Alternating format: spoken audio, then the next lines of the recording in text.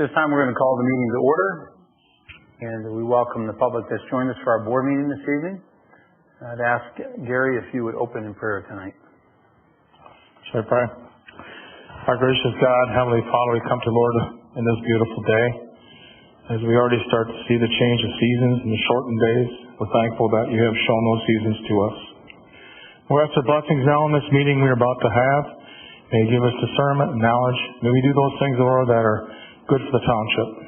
Continue to bless our first responders, our firemen, our police officers, our township employees that work on the busy roads every day. Give them all safety, Lord. We thank that you have blessed us with safety in this past year, and we ask for continued safety. Not amongst those, but even our own residents, Lord, that you may continue to keep them within the hollow of thy hand. Be us now, Lord, and bless us. Cause thy face to shine upon us in all that we do and say. In Jesus, our dear Savior's name, we pray. Amen. Amen. Amen. If you would rise for the Pledge of Allegiance.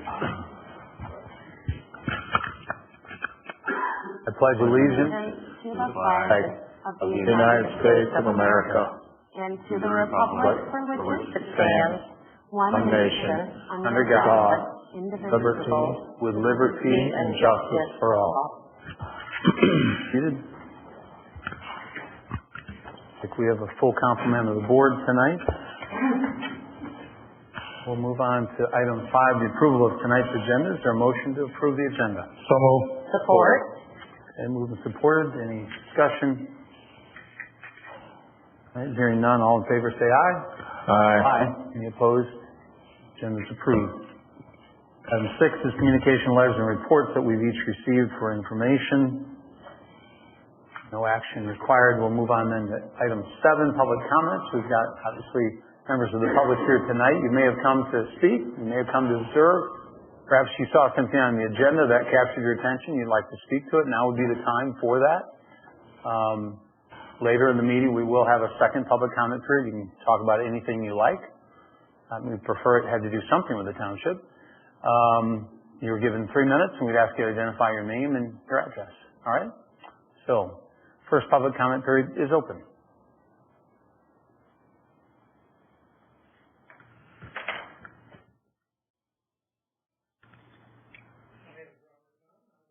Avenue, and I'm here requesting that you approve the paving of 12th Avenue. It's been a lot of discussions, a lot of meetings. I guess there's talk about why we're paving it. We don't have sewer and water. Well, that's probably years and years down the road, and I think it's time that we finally move ahead and get it paved. It's quite a lot of money for us to pay out to, as well as Georgetown Township, but we'd like to have a nice road just like everybody else. So I have plenty of neighbors here that came to support this issue. So I don't know what we're going to do tonight.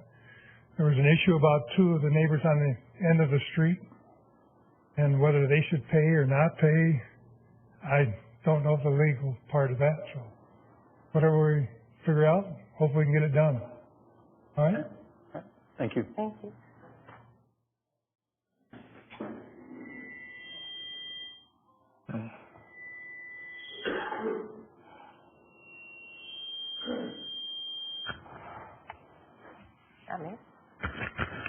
Bauman, Georgetown Precinct 13.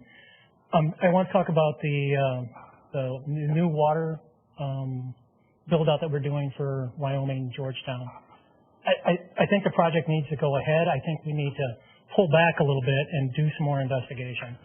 One of the things I was looking at on the contract, it's a very, very tight contract for Georgetown in that we are held to account in a very tight manner. One of the things that comes to question is the numbers that they come up with. One of them is it's going to cost residents $32 a year for this. I don't know how that number was derived. I'm not sure if you guys know how that number was derived as to what the cost is for the residents. The other thing is that there are $15 million of which Gary brought up in the subcommittee, which is very relevant for the engineering, administration, and contingencies.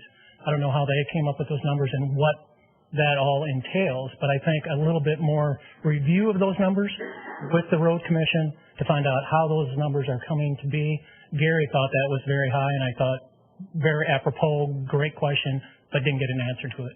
The other question that Gary brought up was a question of, okay, what happens to if the other municipalities renege or don't pay? Who then eats that cost, that percentage that we're going to pay? We're going to pay $15 million for this over 20 years.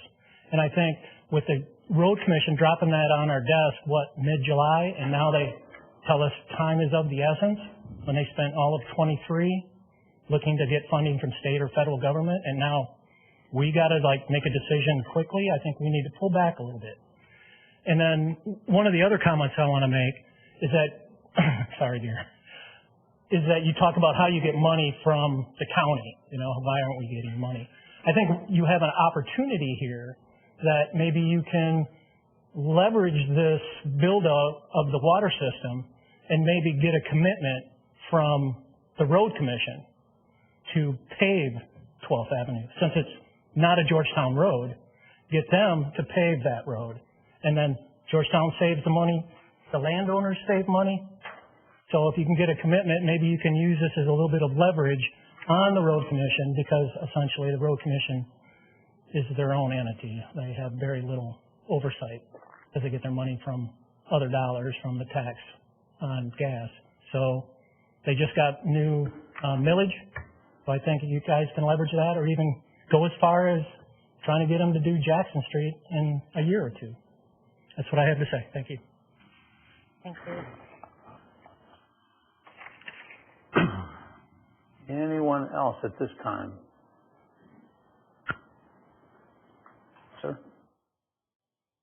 Thank you. Doug Feenstra. I also live on 12th Avenue. I guess first I want to say thank you to the board for hearing our proposal, and thank you to Robert for taking the lead on this. I just want to speak because I'm in favor of it. I think it's a fair way of moving forward where it's a cost that's shared between the property owners and the township.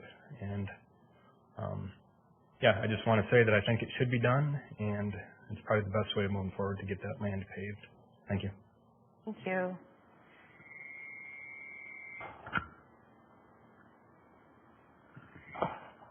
And seeing no one else, we'll close the initial public comment period. Go on to item 8 on our agenda this evening, the consent agenda. Is there a motion to approve the consent agenda? Support. Okay, discussion? None. All in favor say aye. Aye. Opposed? All right. Consent agenda is passed. Item 9, now the DPW and Fire Support Complex. I know that there's going to be a presentation. Perhaps this is one that we should just begin with the presentation and then discuss a potential motion thereafter. So, with that. Wood Construction. Adam, you want to come up, introduce your partners, please? Welcome. My name is Adam. I'm with Lakewood Construction. Got it there.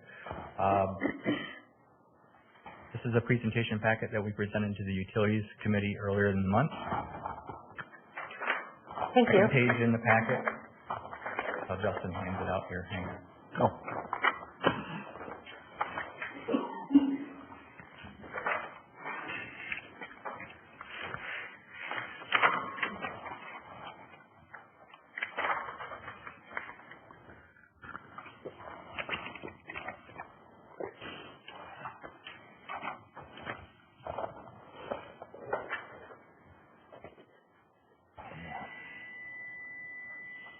Bob, I don't think the clicker is working. Could you advance it to the slide by chance? Okay, thank you.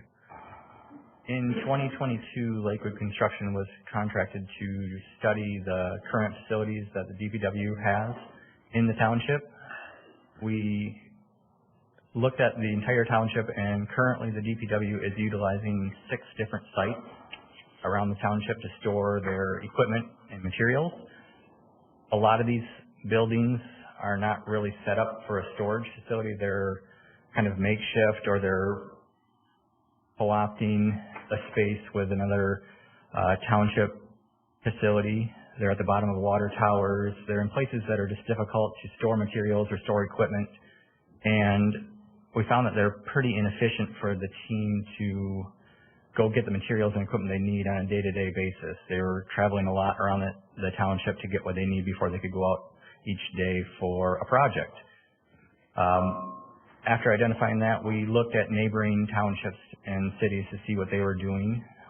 We studied Zeeland City to see what they were doing and compared it to Georgetown Township. That's kind of the middle category there. Zeeland City has a bigger facility than Georgetown Township has. Georgetown Township currently has just under 7,000 square foot of storage facility, where Zeeland has around 11,000 square feet. But yet Zeeland serves a lot smaller area than Georgetown Township, which kind of led us to believe that Georgetown Township needed a bigger facility, a more centralized facility to improve efficiency and improve safety of the team and getting their equipment and material on a day-to-day basis.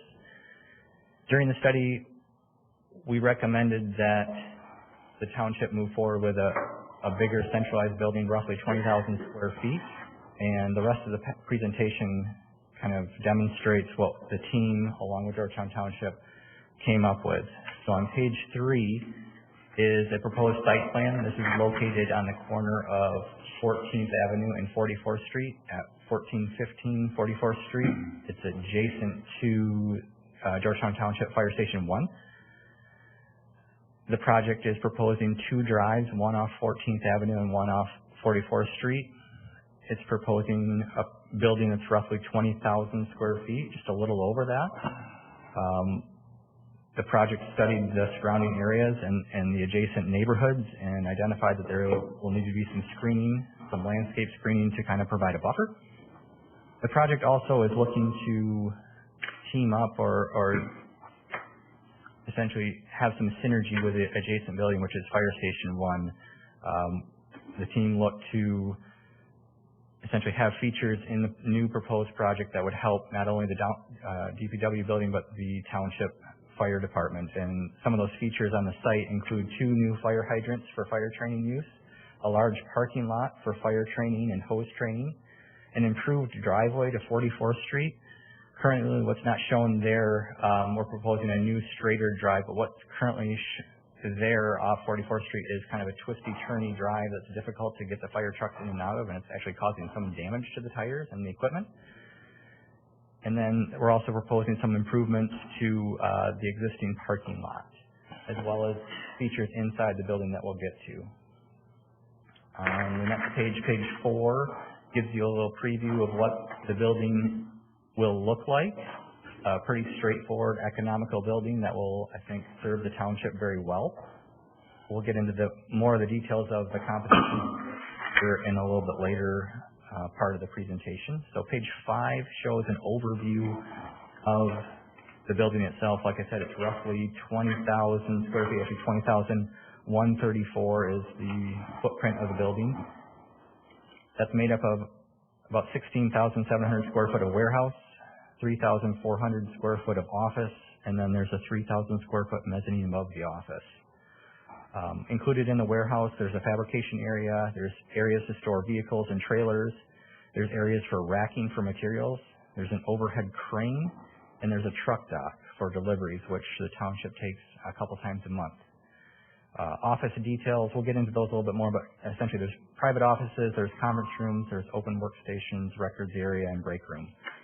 Some of the features that I mentioned earlier about kind of sharing with the fire department that I'd like to highlight are an area for the fire trucks to pull into the building. We've essentially thickened this slab here in this corner of the building so that fire trucks can pull in and be serviced.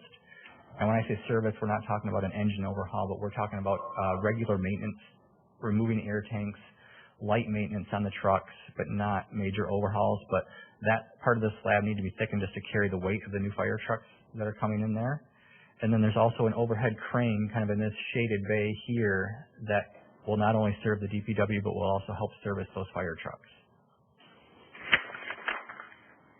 On the next page is an enlarged office view, because that previous plan was kind of small. So this is the office that is about 3,400 square feet.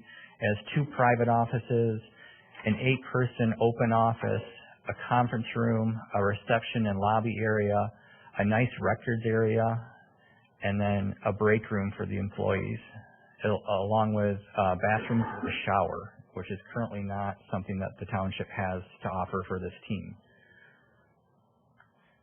On the next page is the mezzanine that's directly above the office.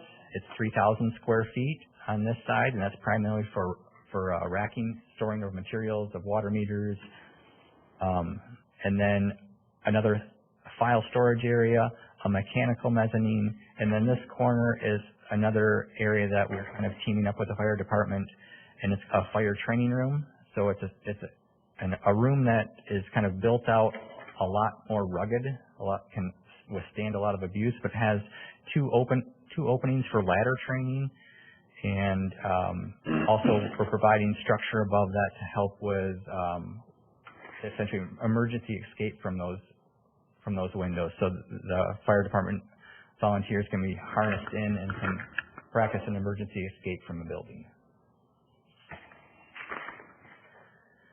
The next page gives you a couple of building sections to help depict what the inside of this building will look like.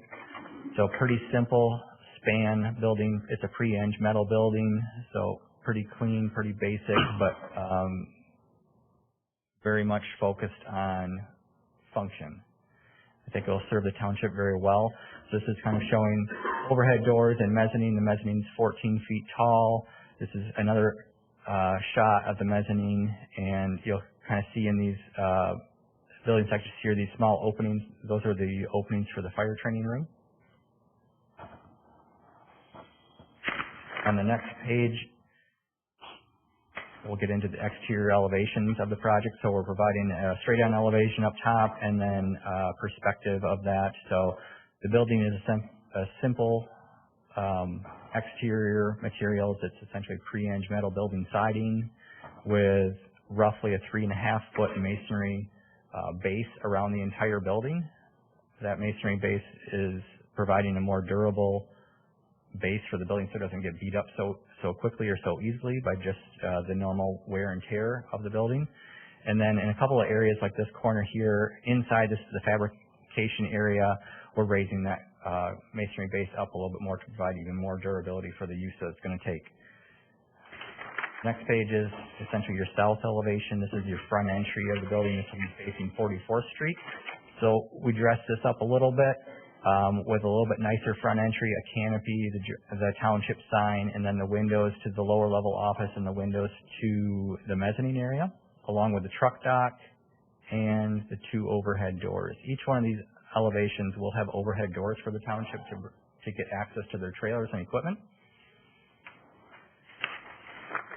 Next page is your east elevation, so a little bit dressier corner right by that front entry, and then simple overhead doors and pre-eng metal building siding, windows to the office and mezzanine as well. And then this shows a nice rendering of the outdoor fenced-in storage area that we're providing for the building as well. Last page is the west elevation, so this will be facing the adjacent property, which is the Protestant Reformed Church.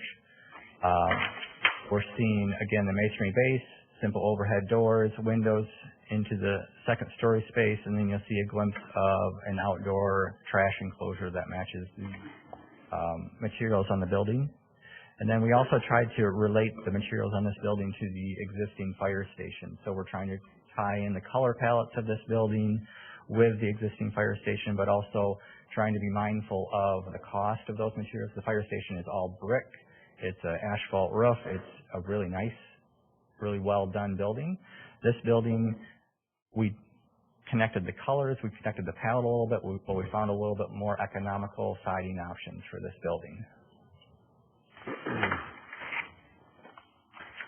On this last page, I'm going to turn it over to my teammates to talk through a little bit more of the cost of this building and kind of the breakout between what would be a DPW, strictly DPW related cost, and what would be a fire training cost.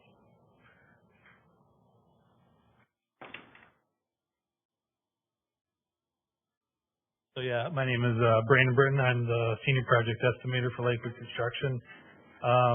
The project was budgeted back in March at 3.9. Then that was before any of the fire training equipment or aspects of the building were included. So We went out to over 100 contractors. We got over 75 bids back from those 100 bid invites that we sent out. And you can see there kind of the breakout between the DPW building and the fire training portion to give a total construction cost there of $4,157,135. The breakout there is above.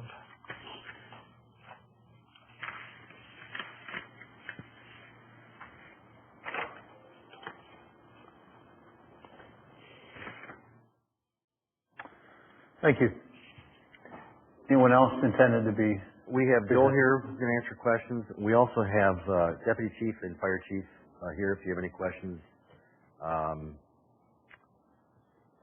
And Gary, you are obviously our builder and had some involvement in these discussions. So, questions?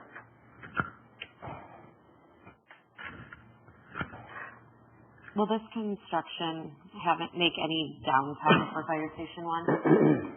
It's not like the construction isn't going to get in the way of the use of the fire station, is it? No.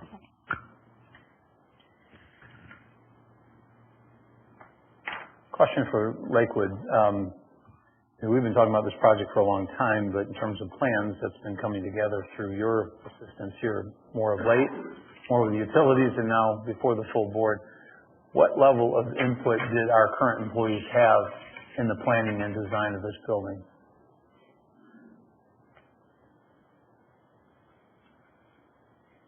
So we were able to work with the Georgetown Township team that was assembled for almost a year, meeting on a number of occasions, almost on a bi-weekly basis, to work through from schematic design to design development to construction documents to understand their needs, their space needs, kind of how their team works on a day-to-day basis, what's working well for them, what's not working well for them. We tested it with their team from not only from a budget standpoint, but also reached out to the fire department to say, we're seeing some synergies here. Is this possible? What do you guys think of this? And there were some adjustments made along the way based on their input and the input from the township employees on kind of what they need for racking, what they need for their trucks and their trailers and their hoses and their fire trucks. So I would say that we reached out and had good dialogue all along the way just to figure out how this building can work best for both. It looks like it's really well planned out and thought out for everything that you have laid out for us. Now, the mezzanine, do they get up? Are there elevators to, loading docks, to put stuff upstairs for storage? Yeah, that's a good question. Can we maybe flip back to that mezzanine plan? That might be an easy one to point out as well as describe. So I believe that was on page, right there, page 7. So this is the mezzanine plan. We're saying it's 3,000 square feet. Actually, that's an approximation. It's a little under 3,000 square feet on purpose. At 3,000 square feet, the township will be forced to install an elevator up to this level. And that's not necessarily needed. That would be a feature that the township would be kind of spending money on that we felt like it wasn't necessarily in the best interest of the use of this. This is primarily for storing of equipment and tools and not necessarily needed for like a barrier-free access. So we designed it with just one stair in mind, kind of centrally located, but try to maximize the size of that for storage. And then this railing along the edge is noted as removable so that when they need to lift pallets of heavy equipment, they don't have to walk it up and down the stairs. They can use the high-low to essentially lift it up and then set it up there, and then they can move those things around with pallet jacks. Yeah, that's what I wondered. I was like, how are you getting big stuff up there without schlepping it up the stairs? We're providing a gate, but sometimes we find that gate isn't big enough. So we provide a removable railing as well. Awesome. Okay, thank you. Lakewood did a wonderful job with the Utilities Committee and answered all of our questions, very professional. But Joel and Matt were more passionate on why they needed this and how it would take care of the township and the need, having 6-7 different locations that we have to store our facilities at, or our product at, and so forth. I hope they'll speak here pretty quick. I know Joel loves to do that. because you were passionate. Yeah. I just have a couple of comments, which I think is important. One of the things we've never had before is a place for a shower or a washer and dryer. And I don't think that's really fair to our DPW. Sometimes you're out in the middle of the night fixing a sewer line, and I can tell you that that's not something my wife wants me to come home with. So we've got an opportunity to treat our employees properly by having a shower for them and a washer and dryer. And I don't know if we have washers and dryers for turnout coats and that stuff now, but that's something maybe we got to look at in the future. The other thing too is I appreciate the fire department working with us on putting in this training center. In the past, we've talked about this before, and at that time we brought it up. They said they wanted their own building, their own place to do this, which would have been a lot more expensive than what we're doing now. And so this is an opportunity to work together and be a little more cohesive. I've also spent a lot of time my last 3 years on the Utilities Committee, spending time with Joel every few weeks, and just talking about DPW and how things work and trying to find help. And we both agree that in the future, we may have to look at hiring a full-time receptionist. And the reason being is right now, our DPW men come in, get their work cards, the job cards for like first in the morning till noon, and come back after lunch and get the work cards. As it's become more difficult to find help, we may have to find somebody that can put all that stuff together, and we would have somebody that would organize all the job cards so our guys would just be out there doing those things and instead of trying to figure out kind of triage and things. We'd have somebody that would be able to organize this as the time goes on. People call in, we got this issue, we can then direct people without having to come to the shop and what they need. So I think there's going to be a lot of efficiency, and I talk about that a lot because I own a construction company. Everything's about efficiency, better equipment. If you can't find help, you buy better equipment. I think there's a lot of efficiency in this building for that. I also noticed that we put in 2-inch water services, and at this time, we may not need a 2-inch water service, but here's what's going to happen. I think over time, we may end up going to a Vector system, and a Vector system is where you vacuum. They do a lot of vacuuming around utilities. Instead of digging them up, they vacuum the dirt. That takes a lot of water. If we would ever get one, we'd be able to fill it ourselves to have the proper water service in here. There's a lot of things that future is built in this thing for the future.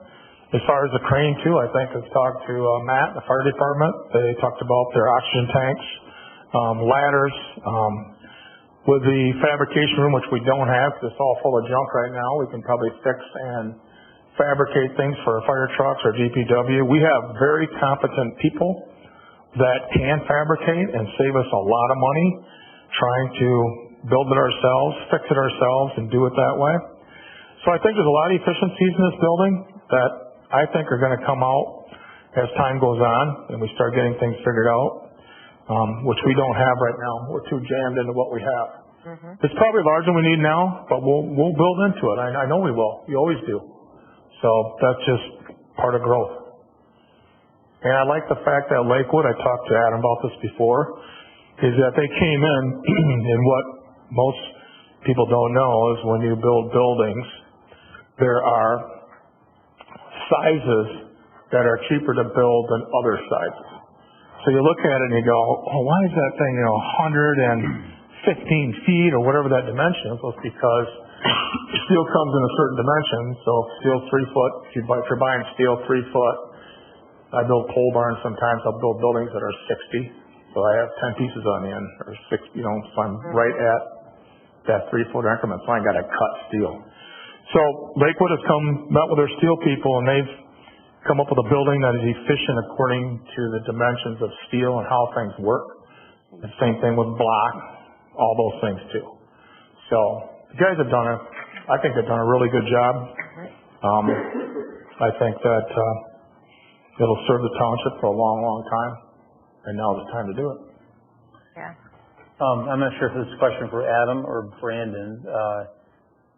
We've worked with you before, with the library in particular being most recent. You stuck to your budget, and I think came in a bit under on that, which meant a lot to us. We met about weekly for well over a year. You guys are very thorough. We had a little more, I remember we had a little more cushion between what might have been the quoted price and not to exceed, right, in that case. Here it looks like the spread is only about $43,000, which is the size project, relatively small, maybe 1%, whatever that might equate to. Was there anything that was either left on the cutting room floor that you think, oh, I think you're going to want that, and probably it's going to come back in, or something that you saw as any kind of glaring omission, or could tell as you went through the process, we're doing this because you want to stay below X, but I really think you're going to, need these items. Was there anything like that that came up, and might we be expecting to see that margin, used up and potentially have to come back and seek, more authority? How likely from your planning, and I guess you can't read the future, but I think inflation and how quickly this goes can be a factor as well, right? Things that we think are going to cost something right now are going to continue to increase. How's your comfort level in terms of our not to exceed compared to your budget number? Yeah, I'll let Brandon speak to the budget number, but I want to speak to your question, your comment, which is a good and fair comment about things that might have been kind of left out that might come back in. I would say all along the way we tested and asked questions and tried to vet and verify and confirm that, do we really need this? Is this a need? Is this a want? Is this I don't need it? Or I would say the team was very forthright in saying, no, this is a need. This is how we're going to use it. I didn't feel like there was a ton of things that we left out just to meet a budget number that we know is going to come back, that we know the township is going to need right away. I felt like the township built in proper planning for the future, but also was realistic about what this project kind of needs to stay in from a budget standpoint, but also designed it in such a way that we weren't leaving things out, but we were leaving ourselves the opportunity to develop it further in the future. So I'll turn it over to Brandon a little bit more to talk about the budget. Yeah, so right now the prices that we've got from all the subs are good for 60 days. So basically all the sub pricing that we have in that number is locked in for 60 days.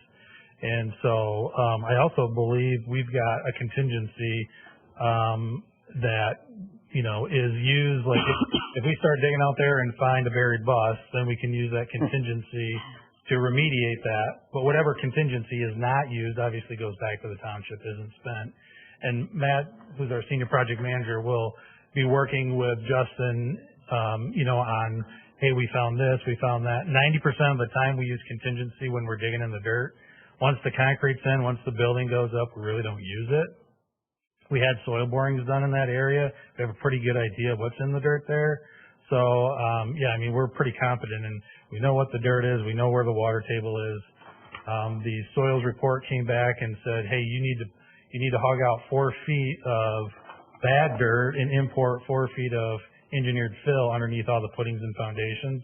So that's all included in this number today. So, we're very confident in the unforeseens, especially in the dirt work. Good. And when you have over 100 bid invites and 75 bids that came back, all the numbers were real tight. So it's a very attractive project for all of our trade contractors that bid on it too. So, but yeah, we've got subcontracts lined up, ready to hit send.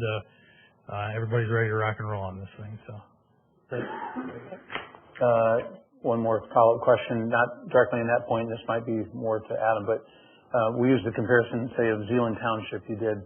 I assume there were other either past projects you've been involved in, other townships that you've looked at that you didn't necessarily need to cite.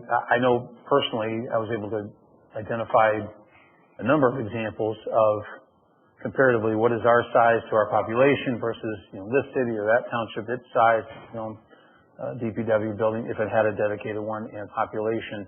I think there are quite a few examples that would mirror what you found with Georgetown Township. I wonder if you noticed that from your own experience or even in this particular study? Yeah, that was actually City of Zealand, the building, and I don't know if we looked at Park Township and some of the other ones, but. Yeah, Holland Township.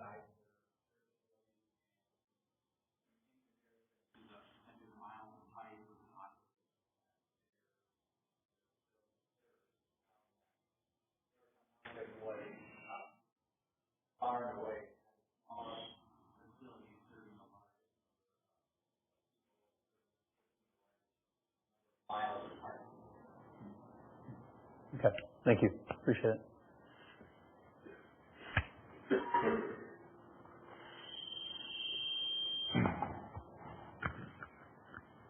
Why did it do that?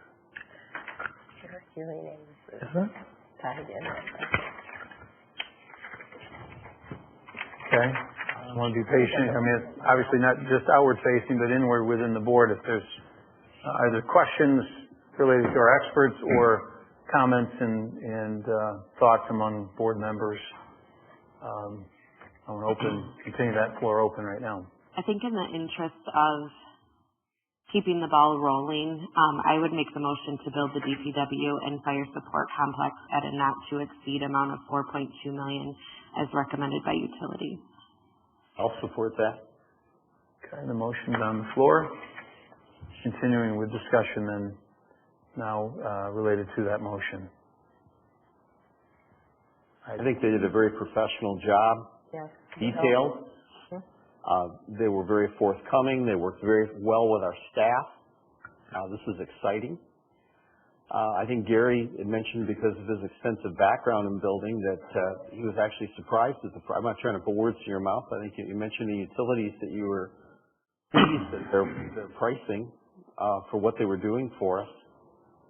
So this should serve us very well, and I think it's sorely needed. I Very remember well thought out. back 2 years ago when it first initially went on utilities, asking Gary what he thought price was going to be and what we needed. And it was like in the $2 to $2.5 million range. And I've kind of seen this keep going up and up and up. So that would be my one concern.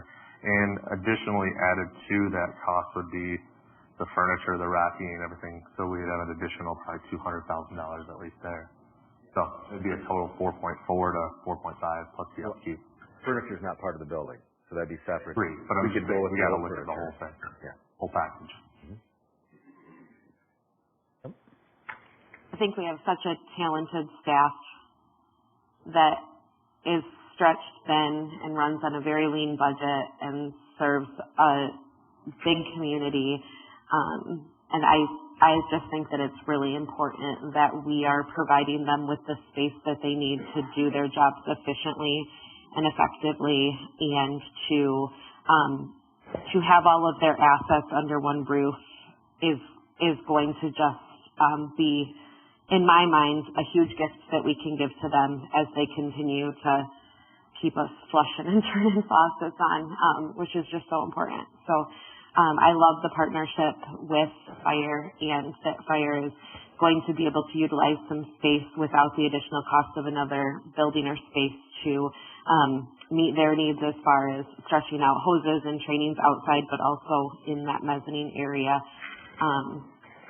I think that certainly this project is something that as a taxpayer I can get behind, but also as somebody who just cares deeply about this community and about our staff. I'm excited to potentially see this coming together for them. Joel and Matt, would you guys like to talk to this? I said during our utilities, we both were pretty passionate. Have you Joel, had to go home to your wife after you've had a problem with our system? How does she feel about doing your sewer laundry? Well, can't thank Lakewood enough and the team from Georgetown, and we really came together, and all the questions that Lakewood threw at us, and I think we came together at a really good product here and to meet our needs and to be beneficial for the township as a whole and the fire department too. So. Was there anything left on the cutting room floor, as Jim said, that you're losing sleep over? Nope. Okay. I think, you get one chance to do it right. Yeah, and I believe we have it, so. Can you get along with the fire department? Yeah, they need us too, so, they don't get anywhere without water, so. Okay. Appreciate it. And, I appreciate, last week I had to send a guy home to get cleaned up. It'd be nice where we could change his clothes and get cleaned up at our shop instead of going home to do it, so. Only one shower? Yeah. You gonna be fighting over it? 100% more than they currently have. My question would be is, we have multiple showers already at the shower or the fire stations. Is there a reason we don't utilize those in that situation? I didn't even know they had showers at the fire stations. As far as storage at the different areas, water towers or wherever they're being stored currently, what is it that's being stored? Are these water meters, endpoints? At where? At all the locations? Yeah. So, repair clamps, restraining joints, all meter parts, meters, endpoints, tapping valves, some saddles, the list goes on. Couplings, sleeves. These are all water main stuff I just mentioned there. Approximately how many water meters are we sitting on right now? Water meters? I would have to get that information to you, Mike. And endpoints? I think we talked about that. We got 5,000. Maybe 5,000 endpoints we have. So, and then I look at that too as this is, the things to make it sound good, add fire training center on there. And this isn't you. But as I look at it, I don't see much really for the fire training other than what, a 4-foot, 5-foot by 12-foot room on the upper mezzanine, reinforced concrete, a rappelling area which is all of 9.5 feet of rappel training.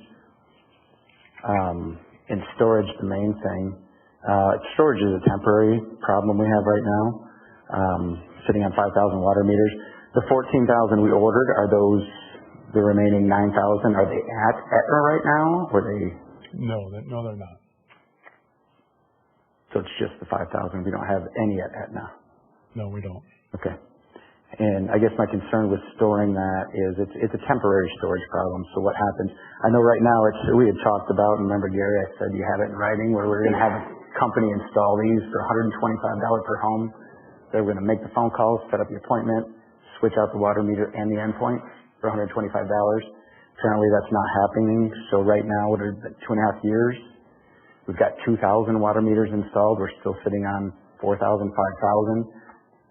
This is a temporary storage problem, but it seems like it's going to be dragging out for 10 years. Do we have an estimation on how long it's going to take to do 14,000 change out?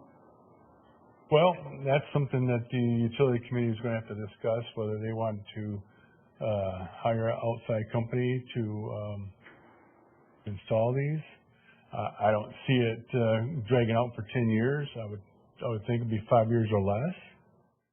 But that's something that the utility committee will have to talk about. So in 5 years, we won't have 4,000 endpoints and meters taking up space. The endpoints is 7 pallets, which isn't much. Joel, most people think you have about 20 employees. How many do you have? 8, including myself. Okay, so you have 8 people that take care of 54, 55, 56,000 people. Yes. And you got 7 locations for this stuff. Yes. Find that, take your 8 employees, and make this stuff happen. Right. It's Our water incredible. main break last week, we went to 3 locations to get our stuff to repair the water main.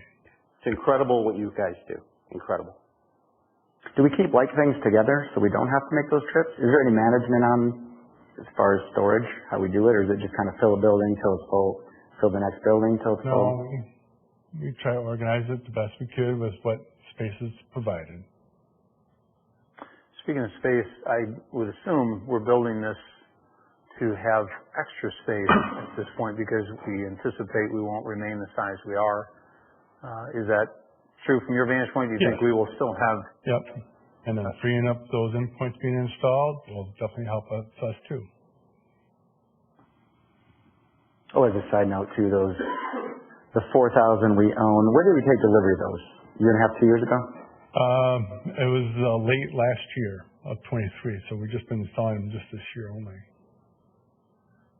So the unfortunate part of that is the warranty. The warranty begins as soon as they hit Aetna. So we're going to be pulling them out of boxes that are brand new, and they could be out of warranty. I called Aetna and confirmed what the warranty is. It's 15 years, and then it's 5-year prorate after that. For the battery. Years. That's for the battery. So the unit itself is only a 1-year warranty.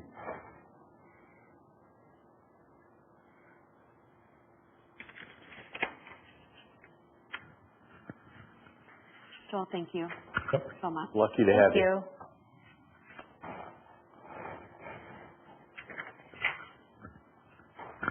Thank you. I did hear an invitation to Chief, but Chief, you don't have to accept, especially if you feel like Joel covered the ground, but you're welcome to add any thoughts if you wish.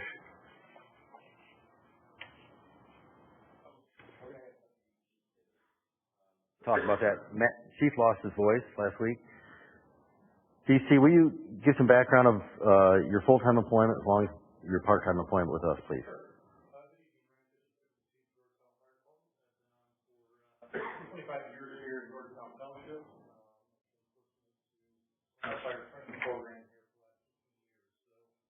Fire training is near and dear to my heart as it relates to equipping our firefighters with the knowledge, skills, and abilities that they need to do their job day and night. A lot of times our folks are out there as everyone in the township is sleeping, responding to emergencies. So one of the big issues that we've faced, and I think Chief DeWitt covered it in your last meeting, is that the ability to get acquired structures, that is a building that's going to be torn down in the township, for us to go train before it's demolished has decreased substantially. And I will say we're fortunate enough just to get one here over on Chicago Drive.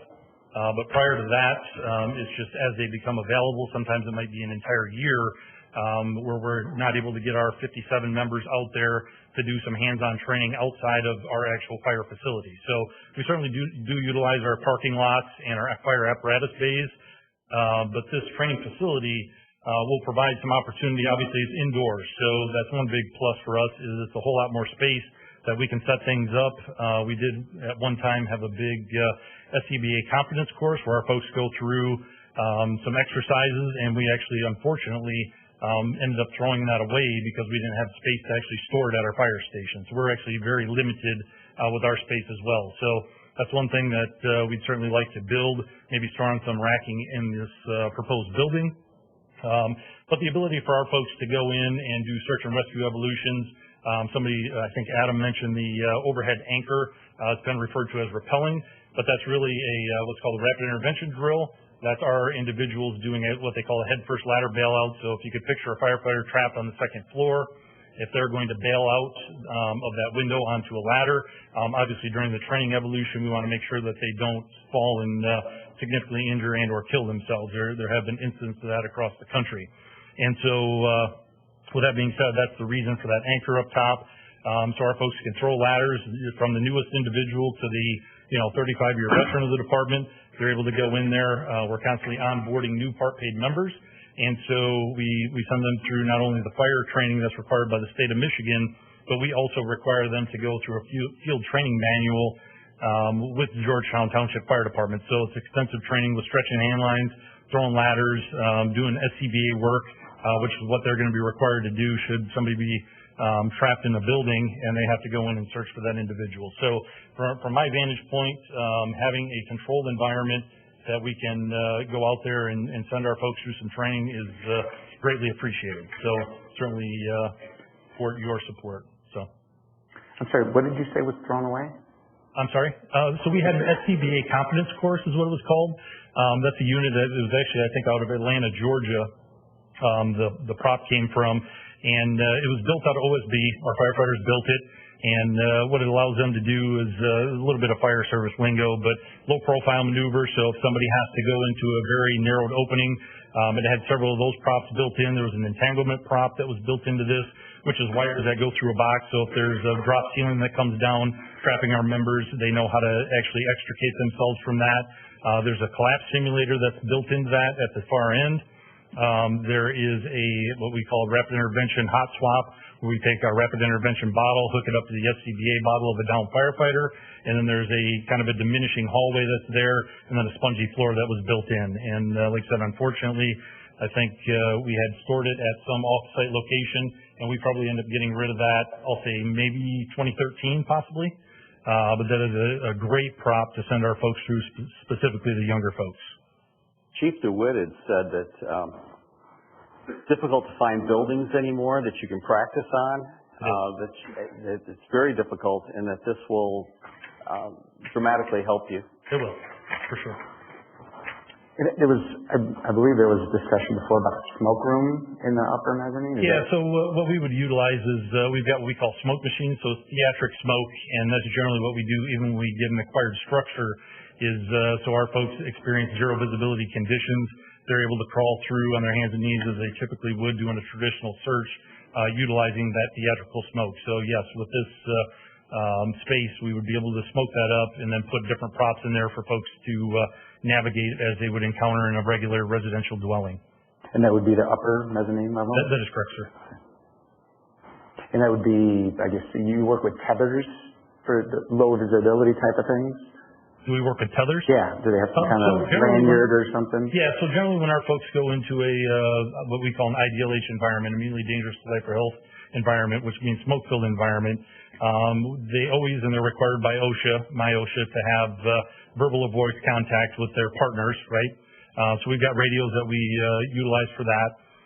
Generally, we don't send our firefighters inside of a IDLH environment without a hose line. So they will advance a hose line, and that is really their lifeline to get themselves back out should they become in trouble.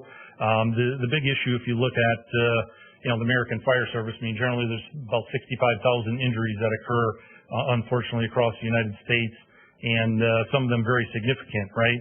And so the tools that we need, to train our people and make sure that in Georgetown Township, our folks are competent when they show up, and they've got sharp skills, so if they get into trouble, they understand what needs to happen. I think we've been providing that, but I think this just brings it to a different level with having something that we can dedicate, some different space to than what we have today. Right.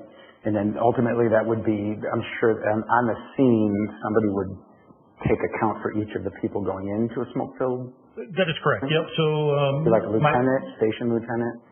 So generally there's a command officer that's out front. We operate underneath the incident command system, which is prevalent across the United States of America. And really, my OSHA dictates that we have what's called an accountability system, right? So when our firefighters show up on scene, they've got two accountability tags. One goes on the fire apparatus for what we call gross accountability. So if we actually had like a catastrophic failure, building fell down and we had a bunch of folks that were unaccounted for, we would cross-check that with the incident commander, who's got a board which is actually probably about this big.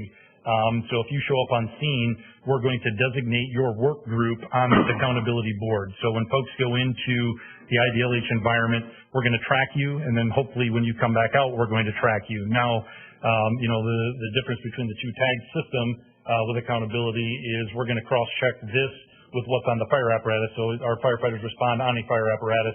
We can go back and make sure that there was nobody who missed tagging in, went in through a different location, especially if we're a large geographical area like a commercial building, making sure that somebody didn't sneak in, if you will. But our folks are pretty good, and we train with that all the time, and we certainly utilize that when we do our training evolutions. We train just like we're going to do the real thing, right? So we do accountability even if it's in a training room or an acquired structure. We're always practicing accountability. We've got robust policies that address that. And that's something you would train with in that smoke room? Indeed. Yes, sir. Okay. Have we had any incidents with that where that kind of training would come in handy? Have we had incidents where training comes in handy? Yeah, with that accountability officer, command officer, the tags to keep track of who's in. Yeah, for sure. I mean, I think if you take a look at the majority of fires that we respond to, at least in the last 25 years that I've been on, are residential in nature, right? And so what a firefighter doesn't want to hear is when we're responding to that incident that there's possibly people unaccounted for and or people trapped. We've had to evacuate our firefighters, right? They're going into either search for the fire, search for victims, and we've got policies in place to evacuate individuals from the building, emergency evacuation. We train with rapid intervention, and our folks call Mayday, which is a national protocol. Should they become in trouble, lost, trapped, injured inside that IDLH environment. So, like I said, we certainly have had some close calls over the years. I mean, best one that I can bring to light, we had a pretty significant fire event at Allen Springs. This was on July 4. I'll say I'm not great with dates, but maybe 8-10 years ago. And fire came in as a fire alarm. It's dark outside. It's probably around midnight. We had automatic aid coming in some of these bigger buildings. We've got automatic aid response that comes in. So we've got Allendale that'll respond with us. Granville will respond. And so they were coming in. We had a smoke condition and a fire on the first floor. It was actually between the first and second floor in the building. And so if you could imagine at midnight when everybody's sleeping in a building, fire alarms start going off. And what are our folks doing? They're going and making sure that folks are evacuated outside the building. We've got individuals that are, stretching hose lines to do fire attack. And the sprinkler system did go off, not in between the floors, but in one of the big adjacent areas. And we actually had all that drywall come down from probably, I don't know what the height was, but probably 20 foot. And we had a few tense moments there as it related to an emergency actually at that fire. So, yeah, like I said, we train the way we play, and that's what we do all the time. Thank you. Any other questions? We sure are thankful for you guys. Yeah, I was just going to say that. Thank you for all your training and all your service. All right, any other comments among the board? I guess my comment would be that I think Ryan pointed out it was as much as 2 years ago that he and Gary discussed it. I'm sure that Joel would probably say he's been thinking about it for years before that. So these things don't happen. They're not written on a napkin, and they don't happen overnight, and they shouldn't. These are long-term decisions, and so certainly we as a board have all, thought about it, talked about it. A lot of you in utilities have talked about it a whole lot more. I appreciate that, that level of planning. I think it's that level of planning that has helped us utilize our space well. I'm thinking about the building they'd be leaving. I'm thinking about space that will be freed up at least by the cemetery there as they're about to expand and grow. I think that's a good thing for them as well in the long term. It keeps coming up, and I've said it, maybe over and over the last few years, but we keep meeting up with the reality that we are a township. In some respects, I mean, it's been changing. We've been addressing some of those needs, but we're a township that had certain public works that were fitted for a township of about 25,000, and now we're 55,000. And so we've had to do some right sizing, if you will, and that's just part of good things, growth, the fact that people love this community, want to live in this community, and we can't maybe remain exactly the way we recall it and maybe wish it to be. We're nudged forward, and we're really forced to come to grips with the reality that steps have to be taken at different points here to make sure we right size. So I feel like we did that with the library, just not to digress, but I feel like we're doing that here with DPW, and there's other examples I could point out. And I think in the long run, it's the only way that you really provide a township of this size with the amenities that the residents deserve. So I would have loved to know in 2013 when we got rid of that prop that you guys still desired to have that we could have made another one or created another one. Yeah, that's what I'm just saying. I would have loved to know that you've gone 11 years without that, and it sounds like it's been a pretty important piece to your training. So I would have loved to build it back then. I did have a question too. I don't remember who it was that said it might have been Lakewood Construction. Fabrication, were there fabricating tools? I thought we kind of talked about that years ago. I think there was somebody, I don't remember what department it was, made some modifications to some kind of air blowing machine to blow grass clippings. And I thought we had decided before Blitchock, it was back with Dan, but it was we don't modify. What kind of modification, what kind of fabrication are we talking?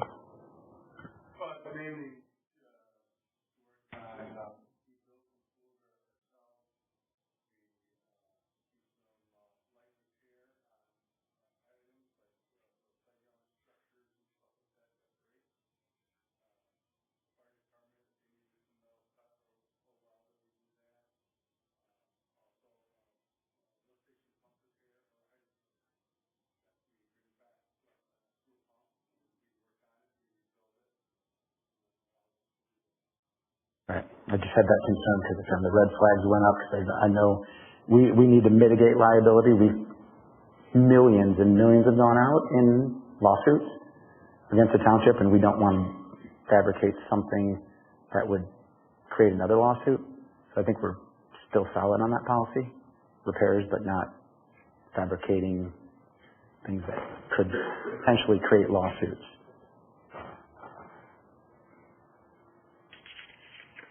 Not to leave the public with too bad an impression with that statement, but I've been on the board for as long as anybody here, and I don't think we've been lawsuit riddled, but we have had a couple of significant claims involving accidents and what have you, which are going to happen, right?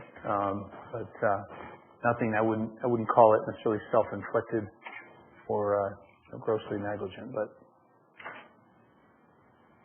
any other comments before we vote? Okay, hearing none, let's take a roll call vote. Ms. Graffman? Yes. Mr. Relic? Yes. Treasurer? No. Supervisor? Yes. President, no. Ms. Steele? Yes. Ms. Schwam? Yes. 5-2. Pass. Thank you. Thank you. Okay. Item 10, now we're talking about 12th Avenue. 12th Avenue has come before us before, as all of you know. Tonight isn't necessarily, you can bring it up during board discussion if you like, but at this point in this agenda item, it's more about setting a public hearing. It's a little bit of a hit, a do-over. We did a public hearing previously, and it was some of the concerns raised by a couple of the residents that have been addressed, and appreciation to utilities as well as those who live in that area. We think that there's a better way to go to address those concerns, and it does require kind of going back to, not square one, but at least back a couple steps. So it will require another public hearing. Is there a motion to approve a resolution to schedule a public hearing for the second meeting date in September, the 23rd? So moved. Support. Okay, moved and supported. Discussion about setting up that public hearing. Again, we'll obviously have to cast eventually a vote on the substance of the request, but on the question of whether to set a public hearing, is there debate or discussion? Michael, I just wonder, I know we're just strictly scheduling, but is this 22 people, 20 people? I don't even know where we're at this point. It's 20 property owners splitting $315,000 towards the $630,000 project. The township contributing 50%, 20 property owners 50%, taking off the two corner property owners. So it would increase the 20 property share to $15,750 over a 10-year period. That's what utilities recommended. We would hold the hearing second meeting September, first public hearing. Basically holding to the 50%. Correct. Holding our 50%, expanding to 50% of the 20 property owners. Right.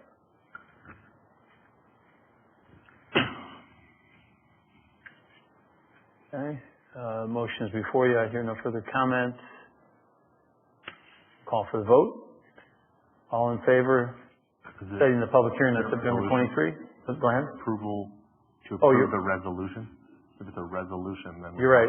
roll call vote. Very good. Thank you. Ms. Schwam? Yes. Ms. Steele? Yes. Clerk is a yes. Supervisor? Yes. Treasurer? Treasurer? I should abstain, but that's a weak decision. I'll just say no. Mr. Valiant? Yes. Mr. Grafman? Yes. 6-1. Thank you. All right, item 11, HydroCorp contract renewal. Is there a motion to approve that renewal for both commercial and residential cross connections? So moved. Support. Moved and supported. Questions, comments, Reluctantly. concerns? Go ahead. Reluctantly, we have to do this. Yeah. Unfunded mandate. It's state extortion. Yep. And this is mandated through Eagle. Yep. All right, We should fight it. go ahead. We should fight it. I think we talked about it a year ago. We did. With the lead, And we talked to them, I think. I know. 300 Yeah. properties. Okay, all in favor of reluctantly saying aye? Aye. Anyone opposed? All right, that's carried. Item 12, programmable logic controls replacement to maintain consistency with Wyoming as our supplier of water. Their motion to approve contracting with Tetra Tech. So moved. Support. Okay. Anyone wish to, whether from utilities or not, add your 2 cents or question, concern? This is contracting with them to get bids, but it isn't a major expenditure at this point, true? Get bids, design the project, and manage the project, and then bids would come in, and then we'd have another approval for the actual. Like what just happened with Lakewood coming Yeah. back and saying, we got all the bids, Yeah. here's the, okay. And they would lead the project in purchasing and installing the new controls. Right, Joel? Okay. You? Okay. Just me. It's just you. Other thoughts? Hearing none, all in favor say aye. Aye. Any opposed? That motion is carried. Item 13, 40th Avenue sidewalk. Received a cost estimate from Prine and Newhoff. Is there a motion to approve that estimate and move forward with construction of the sidewalk along 48th? It's not the entire length, but it's a section. So moved. Support. Okay, moved and supported. Questions, comments? I know the one thing that struck me was their opinion about asphalt path versus concrete or sidewalk, one being 5 feet wide, the other being 8 plus 1 each. I didn't quite understand that, because I don't see it presently on our asphalt paths where you have a foot of gravel and a foot of gravel, but maybe it's some new regulation. I'm just not sure. But I heard that utilities, I'd like to hear from utilities, I've heard that you likewise somewhat favored or wished we could have set, one of our black paths, a little more width, a little more room, a little more enticing to bikers and people that ought to remain safe, although I know the true bikers won't use it. I get it. I don't get it, but I get it. I know that that's what happens. So, any thoughts? I have always wanted tar paths. I thought that was the way to go, but apparently they don't have a machine that'll do a 6-foot path anymore. So it's either 8 feet or 5-foot concrete. The problem we have is that to get 8 feet, we do not have enough of a right of way. In fact, we're going to have to try as we go along to get further right of ways because of the right of way from the center of the road.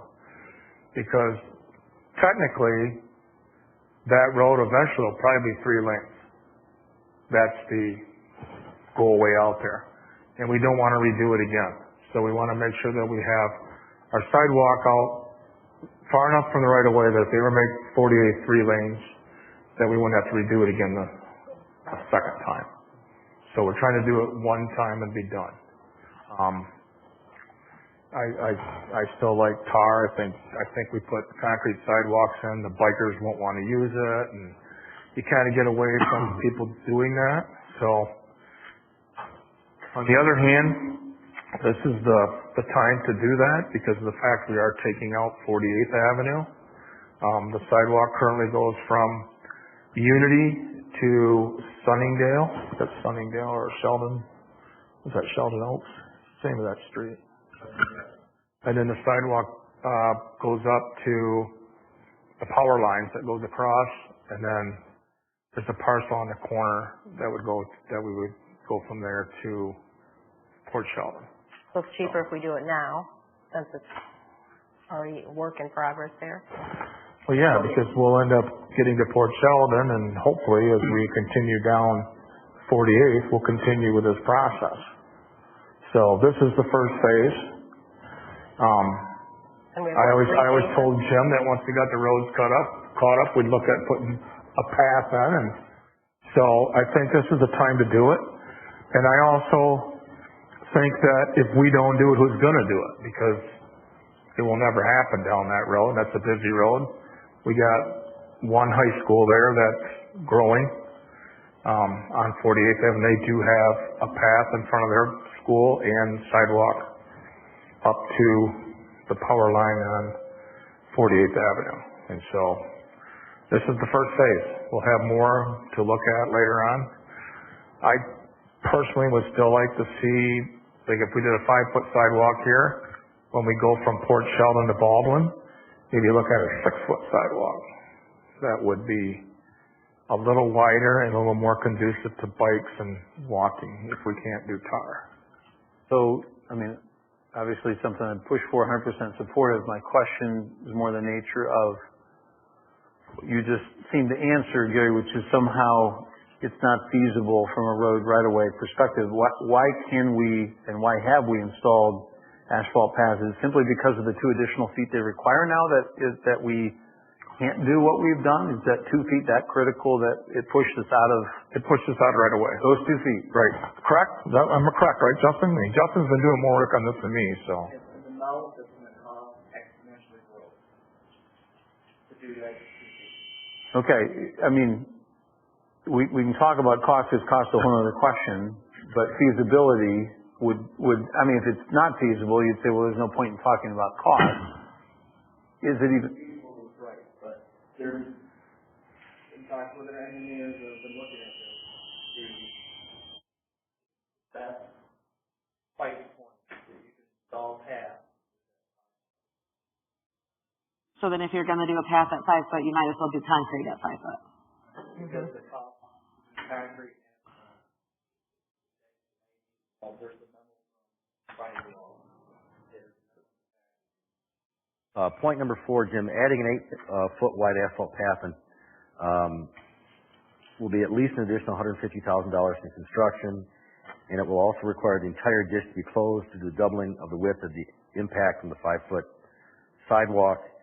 Disclosure of the ditch nearly 2,000 feet will also require more extensive permitting with the road commission, and those costs and engineering costs have not even been looked at, nor has the road commission looked at that either. So there's complicating matters and cost. Yeah. It's up to the board if they want to look at those potential costs, but we have one number, it's at least $150,000 more. Yeah, and I know it's not the full phase, there's another, and I can appreciate if people disagree with the question of cost. I would be willing, in the right circumstance, to vote in favor of an additional cost for a better path, because I think it might be worthwhile in the long run on a major, well, it was likely to be a major thoroughfare. I'll probably never use it, but I bet people there would love it, And I think if that increase were the sole reason, I personally could overcome that because I think it would be more than cost justified. But if you're starting first with, you just can't do it in the road right away. Correct. Then that's a whole nother question. We can elsewhere, and therefore we'd be saying under any project going forward where we want to put a path, like we put one in on Cottonwood, 3 years ago. There's one on Kennewa, there's one on, it runs along 44th, et cetera. Are we saying here and putting sort of a marker down saying you'll never get a path like that? Again, they're going to be all concrete sidewalks going forward.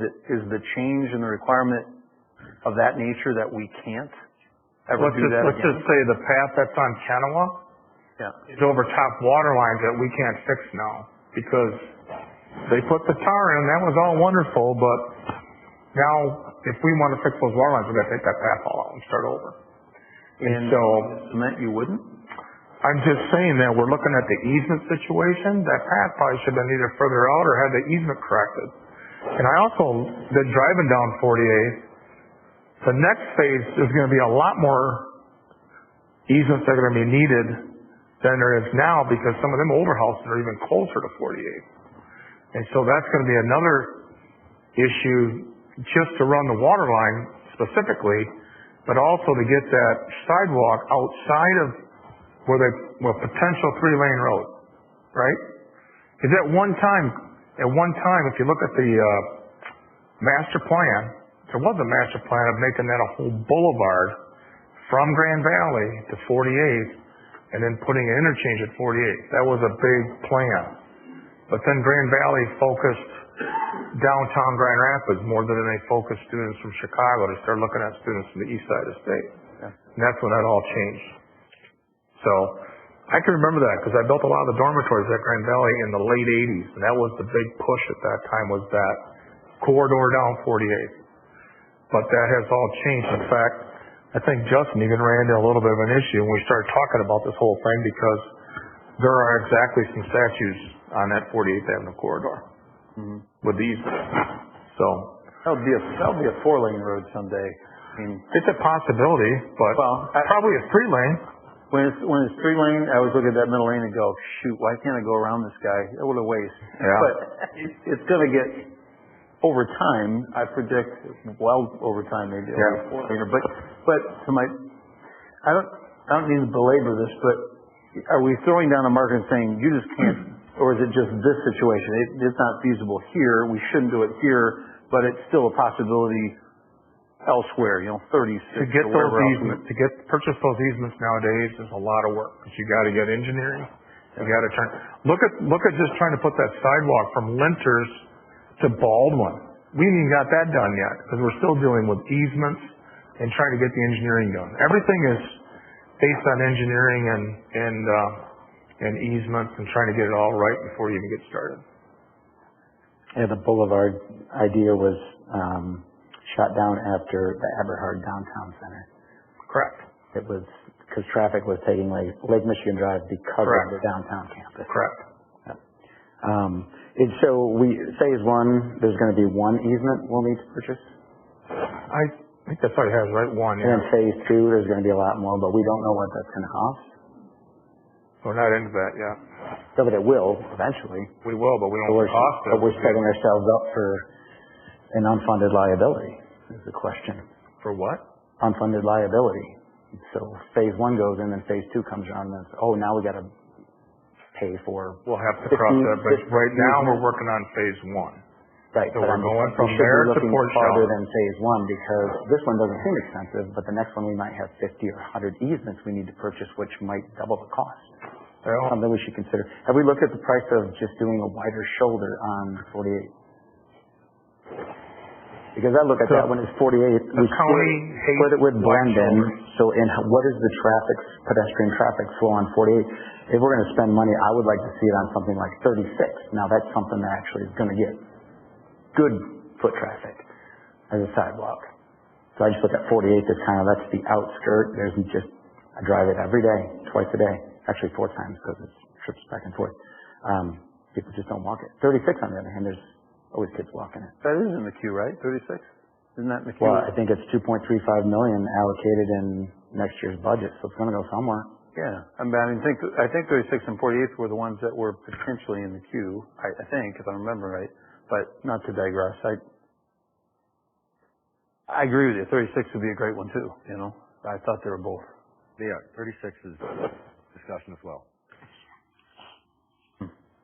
I agree with the sentiment of, if not now, when, because of the repaving and the rest of the projects that are going on there. And I also agree with the sentiment of, if not us, then who is going to do it? I agree that it stinks that it can't be asphalt and a little bit wider, but this is going to improve pedestrian safety, and we are tasked with the health, safety, and welfare of our community, and so I think that this is good, especially by schools. So we did not get a cost of how much it would be for a 5-foot shoulder? Because I look at that one as, in Unity, I never see kids walking. I think it's different with the government schools, but even that, I think there's already issues of parents, they don't want their kids walking to school, even if they're 2 blocks away. So I think I know that's an issue. In the future, I just see it becoming less and less actually kids walking to school. So in theory, it sounds good. I look at that shoulder on 8th and I think, I go on 8th a fair amount, I never see people use the shoulder. They move so fast on that road, and they probably do and will on 48th that people, they just feel unsafe, I would not walk a dog or push a stroller on a shoulder, but I would absolutely on a sidewalk.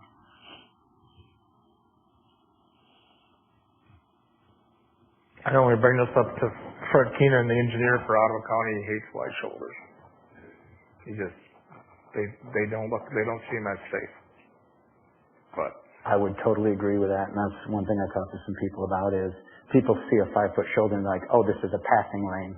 Yeah, so we do definitely. I know that. We should be promoting it on our Facebook page whenever we kind of reminding people it is not a passing lane. If someone's making a left-hand turn and somebody gets impatient, and it's that quick, they go to pull around, and here comes somebody on a bike. So that's a separate issue, but... Never crossed my mind. Risky, man. Yeah, you don't see them because there's a car making a left-hand turn, and somebody goes around them, by then it's too late. So I think we should be promoting on our website. Not germane to this motion on the floor, but I just look at 48 as it's just not a high traffic. The money could be better spent in other places. And it's a chunk of money. This sidewalk is needed. Now's the time to do it, especially by a school. And a development that is exploding. The tennis courts were close to there, and I used to see kids walking all the time, at the farm next door, and yeah, I think we need a sidewalk there. I think for the kids that use it. A lot of them ride their bikes to school. Not everybody takes the bus. Okay, anyone else? Safety. Hearing none. All in favor of the motion, say aye. Aye. All opposed? Aye. And the motion carries. Item 14, license plate reader cameras. Is there a motion to approve the installation, I guess at the cost of the county, as I understand it, and the Sheriff's Department for 3 license plate reader cameras? So moved. Support. Supported. Comments, especially for those among utilities? I'm curious, are they going to be, can be put in different locations? Are there locations planned for these? What was that conversation? So if you look at 3, 4, and 5, the actual locations and the direction, it's one of those situations where just because they say that it can't be used certain ways, go the other way. You have to trust them that they're not going to abuse it. Yeah, I noticed the captain didn't show up tonight. I don't know what happened, Mike. That's the one concern you have where it's just more surveillance. It did end up making out with a unanimous vote. I think he sold it pretty well in the fact that it was to catch potential theft or crime that may occur, or maybe even an elder that's lost or something that's wandering. And so I think it was sold well on that, but again, it's one of those caveats where you're granting these 3 position spots and you just hope it never gets abused. Right. Did you ever watch Enemy of the State? Oh yeah. Right away, I'm like, Will Smith. Yep. Yeah. So Ottawa County is getting 15 of them. Yeah. We would get 3, and they focus on the license plate itself, and they're spreading throughout the United States. They're very popular. Yes, we were very concerned about surveillance, and then as time goes on, how this might be expanded, and that was a very strong concern. He was very convincing and professional, and pointed out the number of break-ins that we're having in the Georgetown area, and how many of these are coming from other areas, Wyoming. and how beneficial it would be And he gave specific example after specific example, and it was excellent. So we were skeptic, but by the time he was finished, it seemed like a very strong positive that will help us. They can type in Black Camaro and be able to pick up Black Camaros in a particular area. It is very intrusive, but if you have reduced manpower, is something like this going to be a positive? It's touchy, but we voted for it unanimously. I think one of the selling points also was the fact that this flock unit is used. I mean, it's at least in a lot of other jurisdictions in this area, as well as nationwide. So this would be something that they can kind of find particular things. And the storage on it is only 30 days. They have to actually have At this time. At this time. Always that. You heard me. And they have to have a official police report. They have to have documentation. I come from the medical side, so with HIPAA and stuff, you got to really worry about that stuff. So there is documentation that potentially you could, if it's used or abused, you would hope that it is at least traceable. But it's the type of technology that gets my kid the ticket when he's going back to college. Nobody buys. For now. No. But the position on a couple of them is if you blow through a red light, those would be really pretty easy to pick up on those. So he did give an example of a resident in Georgetown who had dementia and had drove off, and they put his license plate number in there, and they found him in Indiana. And his license plate clicked up on this block system down there. They said, hey, we got a guy here, and he didn't know where he was, he didn't know who he was, and they ended up returning him. So, there's a lot of benefits to it. And he said a lot of thefts now are outside of our area, whereas before, a lot of times when they stole cars 20 years ago, they kind of like, well, so-and-so in the neighborhood did that or whatever. Now it's coming from the other side of the state. Call that number in, and they can read that license plate number and say, hey, we just seen this car blow through Ann Arbor or whatever. He did also emphasize a PSA of please don't leave your doors unlocked and your keys in it. Yes. Very adamant about that that's the biggest issue is people leaving their doors unlocked and their keys sitting in it. And their purse visible in the car. Yes. Ottawa County, many communities are buying more than what they're getting, particularly the city of Holland. And I asked how much are we looking at cost, and I'm sorry, I don't know whether it's $3,000 a year or $3,000 initially, but many communities are buying extra because they see this as such a deterrent. I asked about the possibility of over at by the mall area, by 44th Street and so forth. I don't know if in the future this would be a thought, but we are a target out here. And it's kind of like what Ryan has said. People in this area leave their keys in their car. And the robberies have just skyrocketed. I'm a soft yes, I guess, only because you heard a presentation that you're going on about, That was again one of those HydroCorp reluctant yeses. Yeah. But I still am a little. I mean, as long as you're following the rules, as long as you're following the law, you're not one of the people that they're trying to catch. You really don't have anything to worry about, but you're more safe than I do. We've been traveling a lot, and it's amazing all of these fees we're getting from bridges I've crossed over. It's just amazing, and often it'll be 2-3 months later, and we get this bill because we crossed the bridge. It's the same type of technology. It's not taking pictures of the inside of your vehicle. It's just the license plate. Yes. And I was one of the main people that were license plate in the parks type thing, so I guess I probably can't break order on that. But not ballot boxes.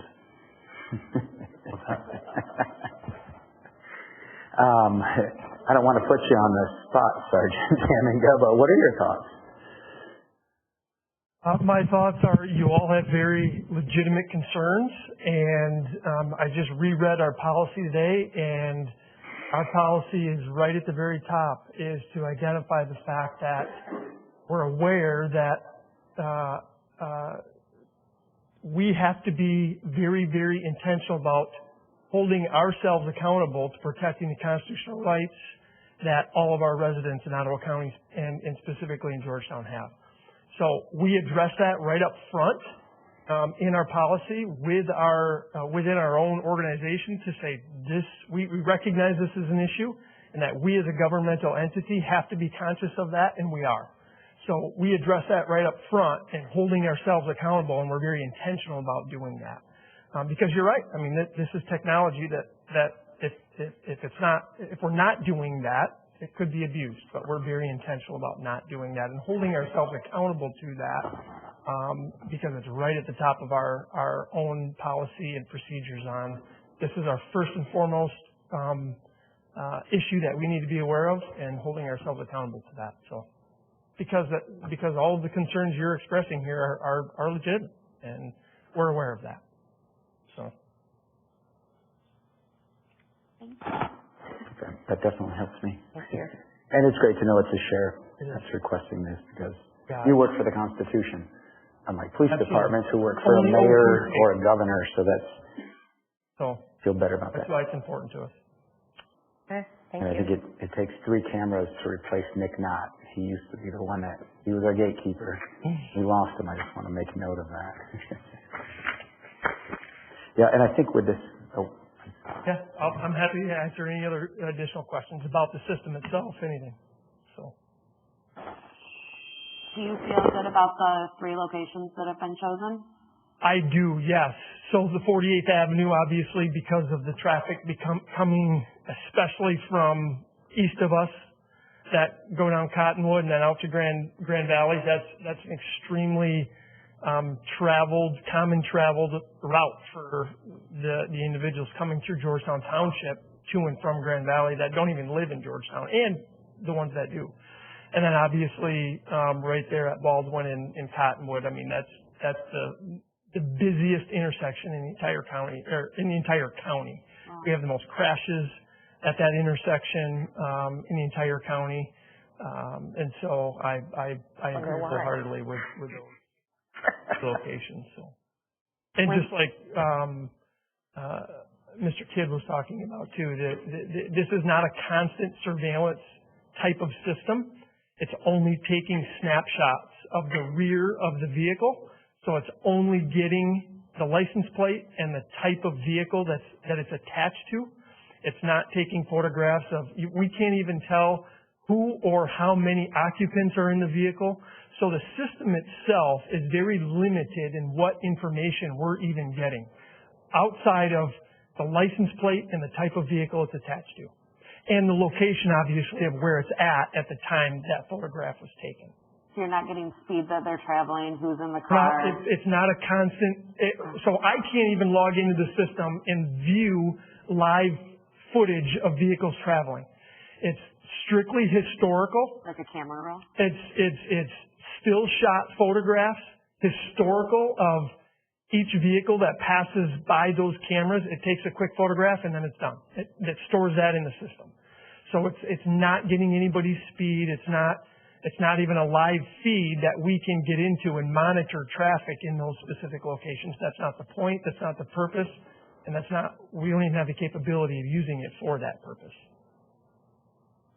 And you feel like the digital security around like how those photographs are housed is safe? Yes. So, I mean, it's a private company. Flock is growing exponentially very quickly with not only law enforcement agencies across the country, but also private entities and businesses. I think Mr. Kidd addressed that as well too. If Georgetown wanted to consider in the future putting license plate readers at the entrances of their parks, I know that's been a topic of discussion in the past. That'd be something that you could all consider, and if that was a decision that was made, it would tie right into our system. We have access to that information. Private businesses are also utilizing their cameras and equipment for their own private property. So this isn't just a governmental thing. Flock they're a very reputable company, and it's one of the most common in the country. Thank you.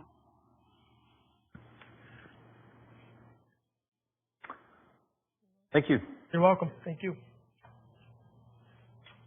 I would say with that too, I think we would want to be proactive and tell people on the website the same points to let them know that, hey, this is coming, just to communicate. Do it in the newsletter, whatever, just to give people a heads up, because I know they installed a camera, which I didn't know about, next to the miniature clock tower. And somebody called me like, what's going on in Georgetown? You surveilling people at the intersections?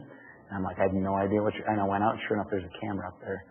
So come to find out it's the road commission, and it senses the temperature of the ground, can sense precipitation. It sounds like a pretty cool technology, so I went and took a picture of it, researched it online, sure enough it is. Not to say that there couldn't be a camera side there, but that's one too, and I think the road commission should have contacted us and notified the board, hey, this is what we're putting up in your community, and then, it wouldn't be such a panic moment for people, or have them be, suspicious of something going on. So I think with this one, as long as we communicate with the people what it is, what it does, list all the facts, and I think we'll have less, pushback or upset residents, which we don't want that. Okay, anybody else?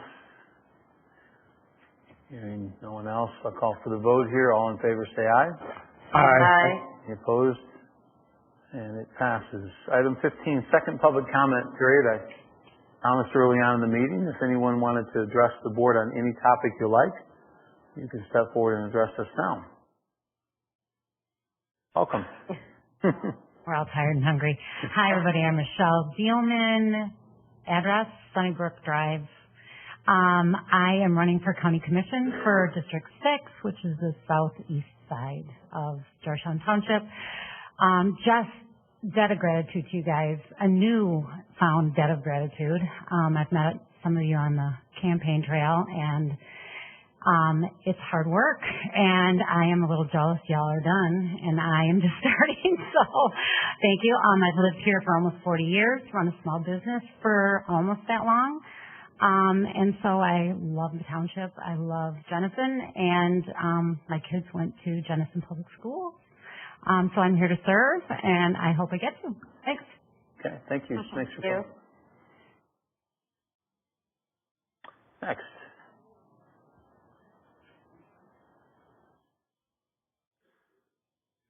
Everybody. Welcome. My name is Derek Dahlman. I live on Sunset Lane in Olive Township. And like Ms. Dealman, I am also a candidate up for election this November. I am running for Ottawa County Probate Judge, which is a nonpartisan position. I take that responsibility very seriously. I have no personal or political agendas. I am running because I want to do good things for my community. I am a former Ottawa County prosecutor. I am currently a litigator at Cunningham, Dahlman & Holland. I'm a deputy city attorney for the city of Holland. I wear a lot of different hats in all of those roles. As a city attorney, I advise boards such as yourselves, ZBA matters, tax appeal matters, city council, law enforcement on various things, the fire department, you name it, I've had my hand in pretty much everything at one time or another there.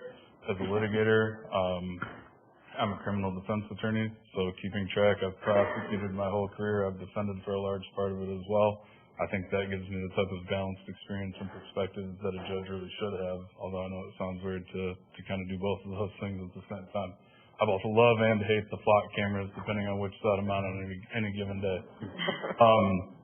Civil litigation, probate litigation, juvenile delinquents. I'm court appointed to represent individuals who are subject to mental health treatment orders. That's something that happens in the probate court. Juvenile delinquency happens there as well. Probate litigation obviously happens there. So my experience, I think, is very well suited to that role. More so than that is the why I'm doing this, what I'm about. It's because, like I said, I want to make a lasting impact on this community. I came over here, I was a little late, I apologize for that, I hate to do that, but that's because I'm also a youth tackle football coach and we were learning a new drill and I couldn't leave my guys in the middle of it before I came over here. I've been doing that for years. I'm very active in other volunteerism. I take youth and young adults with disabilities and illnesses on hunting and fishing trips to try to empower them, teach them they can do things they didn't think they could. Take veterans on similar trips to thank them for their service. Got a couple trips coming up this fall to do that. I'm a member of the Holland Teen Court Board in Holland, where again, juveniles who have made bad choices are kind of given a second shot before they get in front of the actual court. Former secretary for the Ottawa County Bar Association. I've been on other committees for conservation efforts. And yeah, so I'm just very involved, and that's why I'm doing this. I do have some literature if anybody's interested, but I hate to just force that on people, so I wait to be asked for it. So thank you all for your time, and thank you all for what you're doing. Well, thank you. Not adding a second judge, but rather is Judge Fine retiring due to age? Or? Okay. Okay. Okay. Yeah. Long time. Thank you.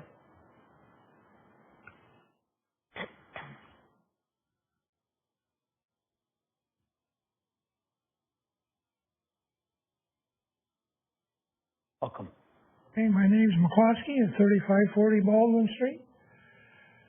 I got two items. One is the stoplight at 40th. It's at the T. You need to have a light with a push button to stop so kids could cross the street. I talked to the Hudsonville superintendent of schools and said Ottawa County people, the commissioners or nothing, they've got all kind of money to spend for their wages, but they can't got enough money to put that light in there. It's not going to be a traffic light. It turns red and blue, or green and everything else. It's only when them kids cross that street from the school. Superintendent said there's almost 800, over minus or plus 800 kids live in that neighborhood. And the school says at the school they tell them kids they cannot cross that street. If they do, they get reprimanded. So I need to have Georgetown here put some pressure on the Ottawa County Commissioners to get that light put in. The light that's, when they go up there to the corner, they can push that light and that'll change so that they can go across the street. My second item is it talking about this new building? It's what, $4,200,000? By the time you get the inside dressed up with shelves and all that stuff, you got to have a fork truck in there. Okay, to lift up. If they're going to have a mezzanine so you can put stuff up in the air, you got to have a fork truck. It can't be gas or diesel. It's got to be electric. Those fork trucks are going to be with a sit-down battery type deal with chargers and everything else. You're going to have another $200,000 in that fork truck. So there's other items that you need to look at when you go for this, because there's going to be a lot of expenses. You're going to run over $5 million in that building by the time you get stuff done. Is it all agreeable? Okay. Thank you. Thank you. Thank you.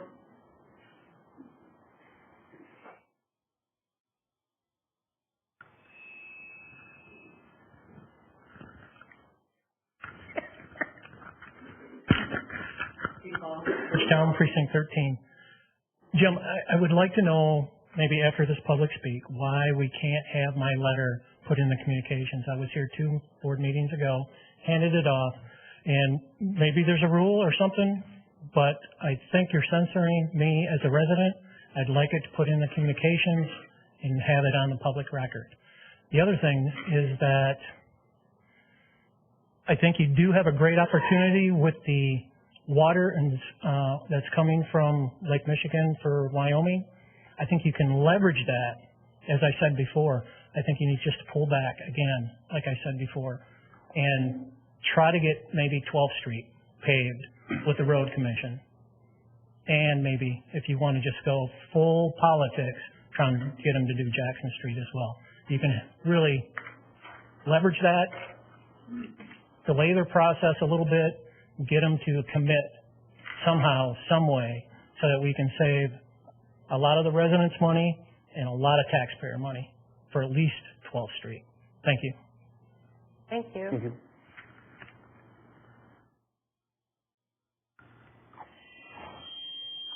Anyone else? Okay, seeing none, we'll close that second public comment period. Discussion and general information among the board.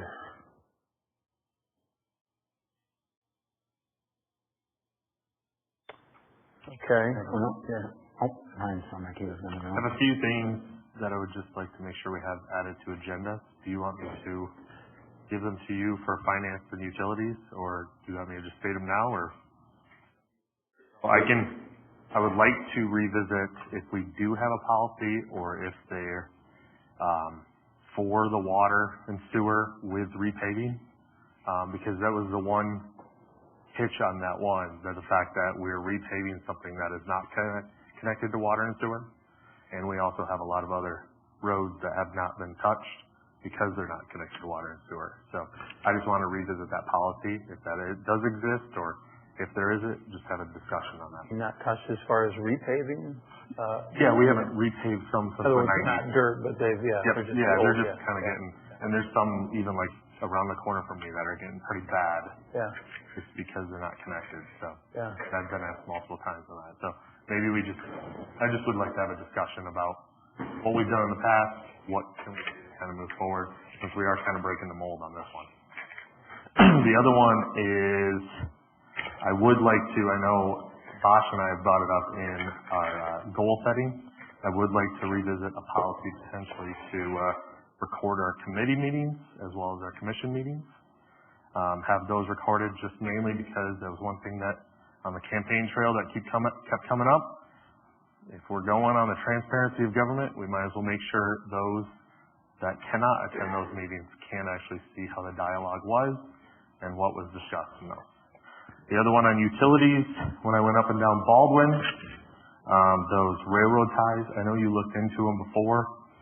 The retaining walls are made up of railroad ties that are all falling apart, going into the sidewalk. They're all, there's some nails sticking out of it that kids and people could get injured on. So I know I discussed it with Rob a little bit, that something about the road commission could potentially help us on that, because they are actually within the right of way of theirs instead of the actual homeowner. So maybe it's even like a HASI type thing we can work out with them. So those are the three things I just wanted to discuss. Good. I was going to say, heading to that too, I think, we were asking that it be discussed in finance, some sort of surety bond with these fiber companies that are digging up yards right now. There's a ton of complaints coming in, and they're working in yards. So I don't remember, were we going to talk about that in finance? We never discussed it. So I would ask that be added to finance too, along with Ryan's 3 items. Sure. Because that's an issue. And they're making a mess. And they always get away with it. And nothing's ever done. Paying all the damages as they happen. Do we have a good system set up so that the community members have a resource to go to? Okay. Just see people complain out online, and I don't know if they know that they could come to us. Yes. Okay, good. Just want to make sure. Do they have a call-in number? Okay. Metronet. Yep. Perfect. I have a unique phone number. I have meetings with Metronet monthly, and every time there's a hit on a water line or a gas leak from them, it's backfilled and they pay for it. Or damage to lawns, et cetera. So. Yeah, because I've gotten complaints that they're just throwing down like junk gravel and weed seed, like highway mix. Not restoring it. They're pulling up black dirt, but they're not putting the black dirt back. And that's the concern I have. And also, I think I just happen to notice my property on Cottonwood, there's concrete splashed all over the mailbox. There's what, I'm sorry, can you hear? Concrete splashed all over the mailbox. which is 6 foot away from where they did it, which seems odd, but I just wondered, does anybody follow up on this, or do we wait for complaints to come in? Follow up on what? When people tell us there's damage, Metronet follows up on it. If it's not followed up, then we do. I mean, we've had many, many conversations with Metronet, and a great deal of follow-up with individual residents, and if they have an issue, we help them fix it. If it's not fixed, we go to Metronet ourselves. So we've had many conversations, and they're going to be in Georgetown for another year and a half. Mm-hmm. They're going to be starting in Grand Rapids. They're in Wyoming. It's all over West Michigan. Sarcastically, I'll say the timing on Jenison Public Schools for the high school and junior high was impeccable on the first day of school. Have everything tore up. Yeah, yeah. Makes you really reluctant to consider anything like this. Again, although it adds competition, it almost favors them if you stop improving. It's like, yeah, you four and no more, or whatever. You've done such a bad job, But I understand. They have the right. We try to hold them to the level, and like Michael's saying, I trust you are. It's like, it's not a slap job. You gotta fix it. To restore it to previous condition or better. Yeah. I did have a question too. So with our endpoint replacement, we're still using Mueller. Are we having issues with Mueller still? Even though that was the big move to spend $2.5 million or whatever with the water source. Are we having problems with Mueller? So we're going to have to use them for another 5 to 10 years. How are we dealing with that? Well, most of the time we're resetting the tower, and of course the repairs that are coming in constantly from failure of MCUs. Endpoints, those based on battery life? It's not necessarily all battery life. I don't know all the failures. And was that what do we pay, is Mueller we pay a monthly software fee, or is that the new water source or whatever brand it is?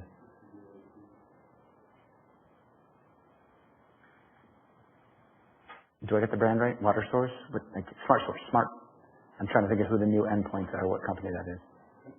Census. And we pay a monthly software contract with them? And that was like $30,000, is that right? I'm going from memory.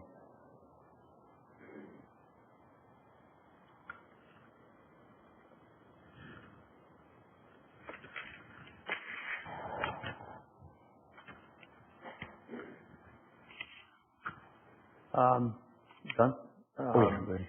So, Mr. McCloskey brought up 40th. It's on our radar. We're applying pressure. Is it through utility services? I mean, we did apply pressure. We brought it to the county. The county did a survey of that intersection, and only one kid crossed the road because they're busing everybody across the road, and they told them that they can't cross the road or they're going to be disciplined.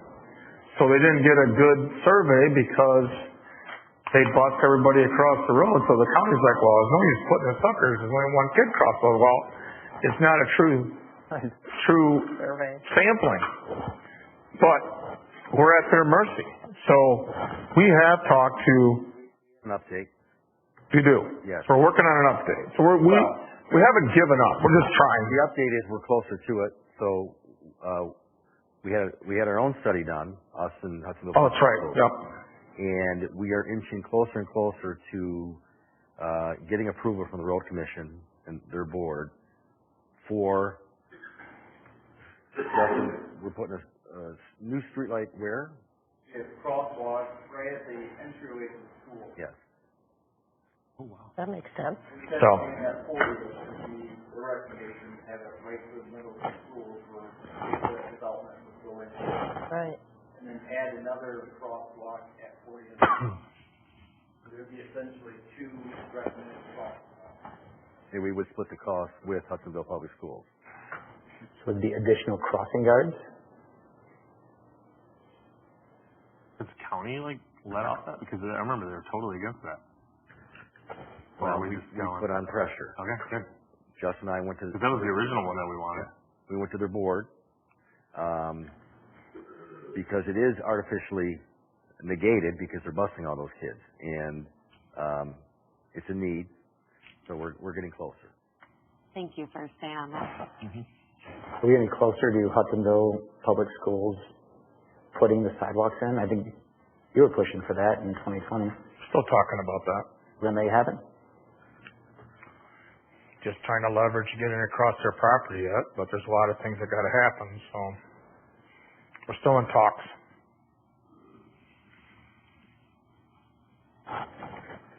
Okay, is there a motion to adjourn? So moved. Support. All in favor, say aye. Aye. Adjourned. Thank you.